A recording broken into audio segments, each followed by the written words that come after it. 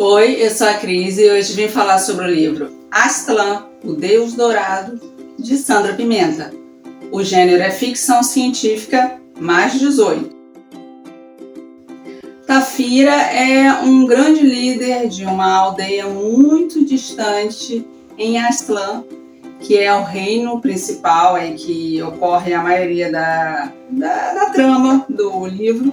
E ele foi visitar a capital junto com sua comitiva para pedir alguns favores ao deus Tesler. Eu não sei se fala assim, Sandra, então depois me corrija. Chegando lá, ele acaba caindo numa armadilha e é obrigado a enfrentar o grande deus Tesler em um combate de vida ou morte. Ou seja, ele foi resolver um problema e acabou caindo em outro, né? Nesse torneio ele consegue vencer o deus, por incrível que pareça.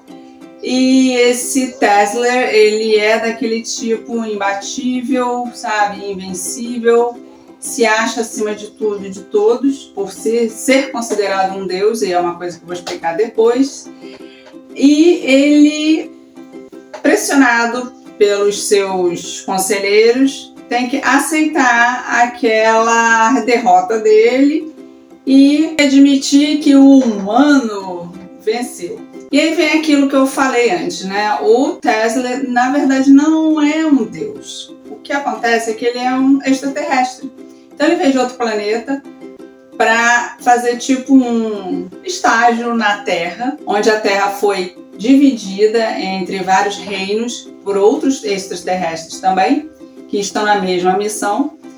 E como um extraterrestre, ele tem acesso a tecnologias muito mais avançadas, sendo que os seres humanos eram totalmente atrasados nesse caso, então viam tanto ele quanto outros governantes como deuses, porque para eles tudo era milagre e não ciência. Esse é o livro 1, tá? Então ali a gente tem, a trama principal é o Tafira tentando se livrar dessa enrascada que ele entrou, né, com o Tesler, porque apesar de ele ter ganho o combate, vão ter assim, vários probleminhas aí no meio do caminho, e ele quer se livrar das garras do Tesler, com certeza, que voltar para sua vida tranquila e tudo mais. Tem aquele choque cultural e tudo mais, né, porque na cabeça de um ser humano comum, entender toda aquela grandiosidade tecnológica e tudo mais, realmente para ele era demais. E o pano de fundo da trama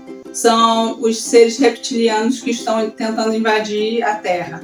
Então existe um conselho, eles vão se reunir, vão tentar verificar, né, ver como acabar com essa ameaça. Existem algumas revelações e também algumas traições no meio do caminho, e isso é bem interessante mesmo. Mas assim, existe também o toque cômico, porque Tafira fica naquela assim na dúvida se esses deuses, e principalmente Tesler, é um homem ou uma mulher, porque todos eles têm uma aparência andrógena.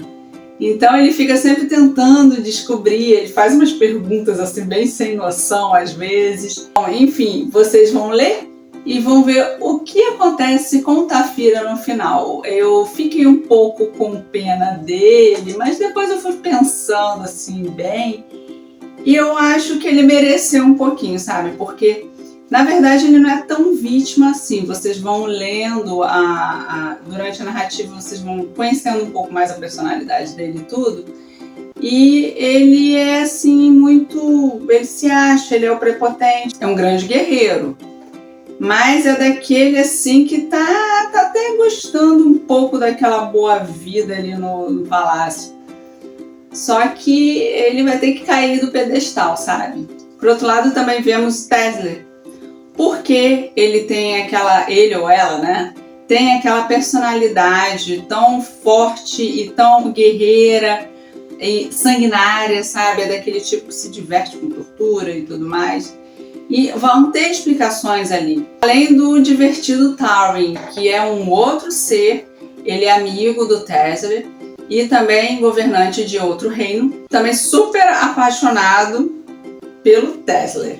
Como eu disse, esse é o livro 1, já estou sabendo que a autora está escrevendo 2, corram lá na Amazon para ler, porque vale muito a pena. Tem cada cena de ação e combate muito boas. E lembra também que eu falei do 18+, é porque realmente tem umas cenas ali, tanto sanguinolentas quanto outras, assim, que realmente não é para menores. E vamos agora ouvir um trechinho do livro.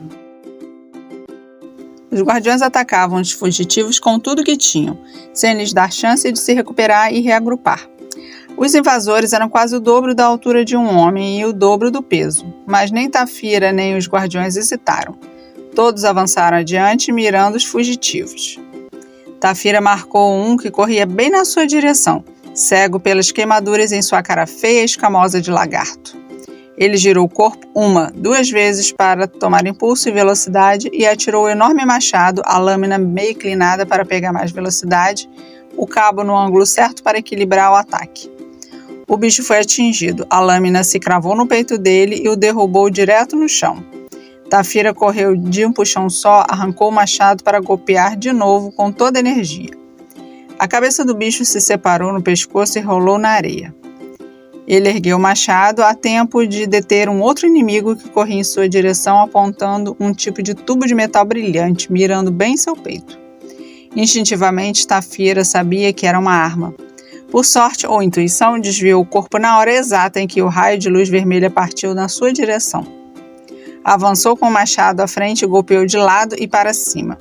Era um alvo fácil pela diferença de estatura. Entretanto, Tafira conseguiu afundar toda a lâmina no ventre do lagarto. Um sangue escuro e mal cheiroso esguichou e o bicho urrou alto e tombou. Estremeceu e estacou, a enorme boca cheia de dentes pontudos aberta no último gorgolejo por ar. Nascida no Rio de Janeiro, formada em letras, geminiana com muitos interesses, incluindo arte, história antiga, astrologia e astronomia, esoterismo, mitologia, tarô e a questão alienígena. Escrever e desenhar sempre foram seus passatempos. Sempre desconfiou que os deuses eram astronautas. Tem 5 cachorros e é acumuladora de livros não lidos. Vamos combinar uma coisa, se você gostou do vídeo, curta, compartilhe e se inscreva aqui no canal para dar um apoio pra gente, tá bom? Então até a próxima e tchau!